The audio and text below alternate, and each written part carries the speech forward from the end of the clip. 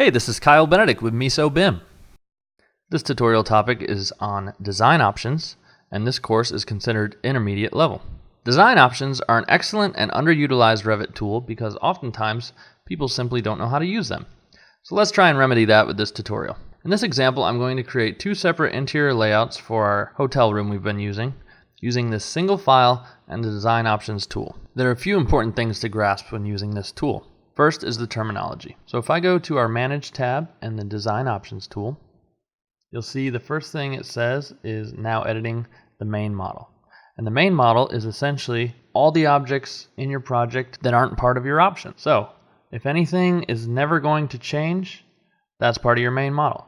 In our case, all these exterior walls, the interior walls, the doors, and the floors are all set in stone, and they're part of our main model. Everything else, the furniture layout of the living room and the furniture layout in the bedroom, are design options. And design options begin as an option set. Inside of your option sets are your actual options themselves. So we can create one,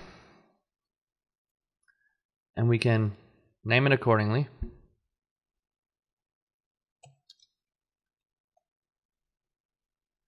And I can make another and name that accordingly. Once those are created, you can then create the multiple options within those particular topics. So I can make a new option here and a new option here. I recommend being as descriptive as possible. It only helps you and anyone else that may be in your project. If something is just option 1 or option 2, and no one knows what that refers to, then it might take them a little bit longer than necessary to figure that out. If you can be as descriptive as possible and someone knows exactly what they're looking for, then that's always helpful. So for the living room option 1, I could say couch north wall. Option 2 may be couch west wall. Bedroom 1, option 1, I will call bed east wall. And option 2 will be bed west wall. Okay, so we've got our option sets, the options within those sets, and they're very well described, so we can quickly figure out what we need to look for when we're changing these options. So you hit close to get out of here. And once that's set up, I like to set up my views before actually modeling those options. So what you can do is duplicate your view and rename that accordingly.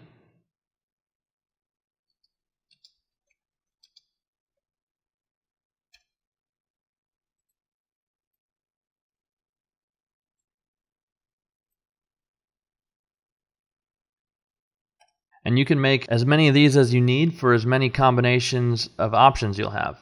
Since we have 2 different options for each of these, we could have a total of 4. I'm not going to create all 4 because you get the idea, but that's as many as you could do. I also have set up my 3D views the same way. Option 1 and option 2.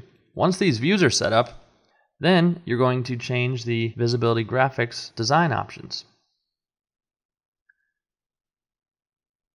So once you go to the visibility graphics, we go to the design option tab, and here we can choose what this view is going to show us based on the combination of option 1 and 2 in the living room and option 1 and 2 in the bedroom.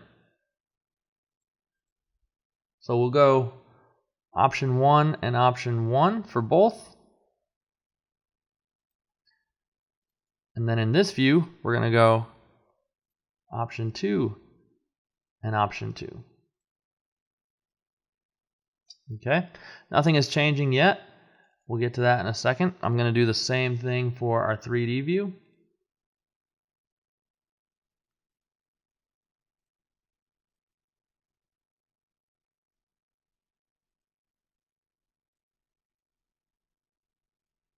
Okay, now that I'm back in the level 1 option 1 plan view, I'm going to go to the drop down of design options, which is now active, and choose option 1, and this is now the active option that we are modeling in.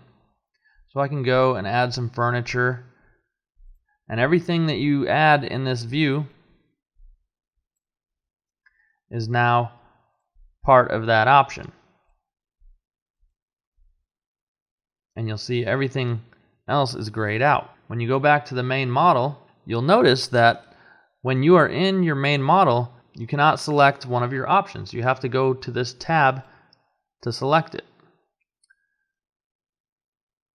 Or you can uncheck this box where it says exclude options. So right now it's excluding options from being selected. If we uncheck this box, now I can select these objects as if they're not part of the options. Okay?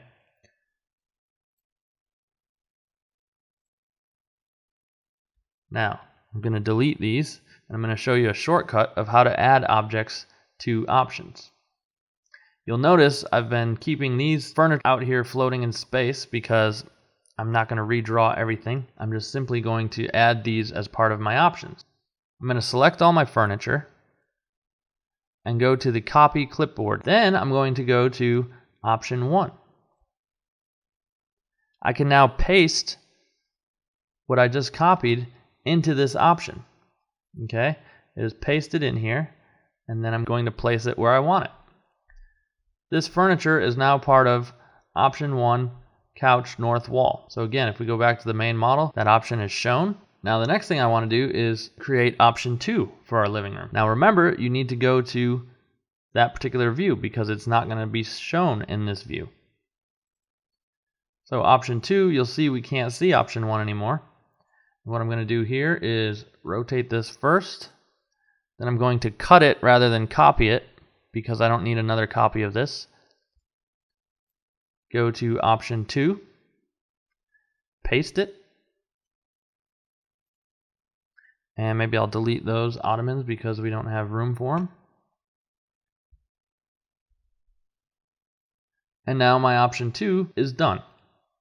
Now remember, even though this isn't the primary option, we are controlling what we see in this view through our visibility graphics of this particular view. So option 2, option 2. So I'm going to do the same thing for the bed. This time I will copy this. Go to the option 2, bed on the west wall, which is over here. So I'm going to mirror that over itself. That guy is actually going to stay in the same place up against this wall. And I'll move the bed into place. And so there's our bed on the west wall. If I want to change option 1 of that, I will go to option 1. I'll go to the main model first, cut these, go to option 1, paste, and then get this right into place.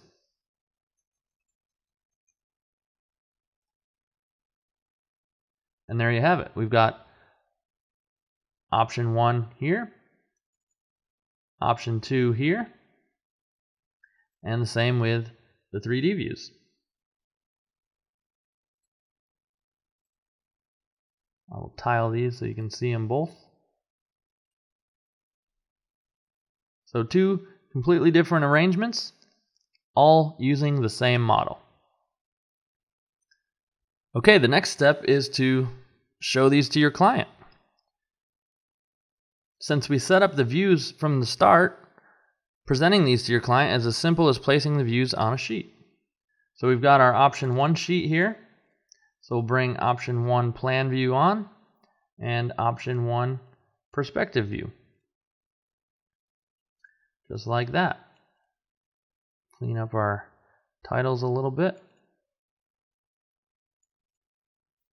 Do the same for the option 2 sheet.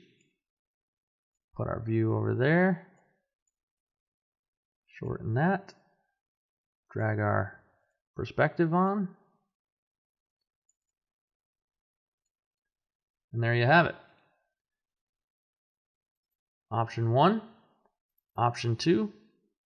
Present these to your client, and then you'll get a result. Once your client has a chance to mull their options, they're eventually going to choose one over the other.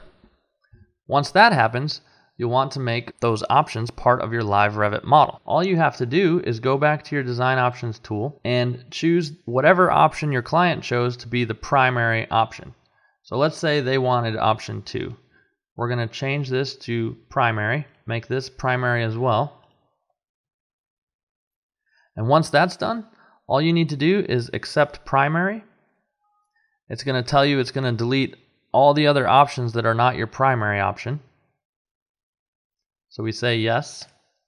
It's going to delete those views as well. You can uncheck those, but it's not going to show you anything anymore since we're getting rid of all of our options. So I'll delete those.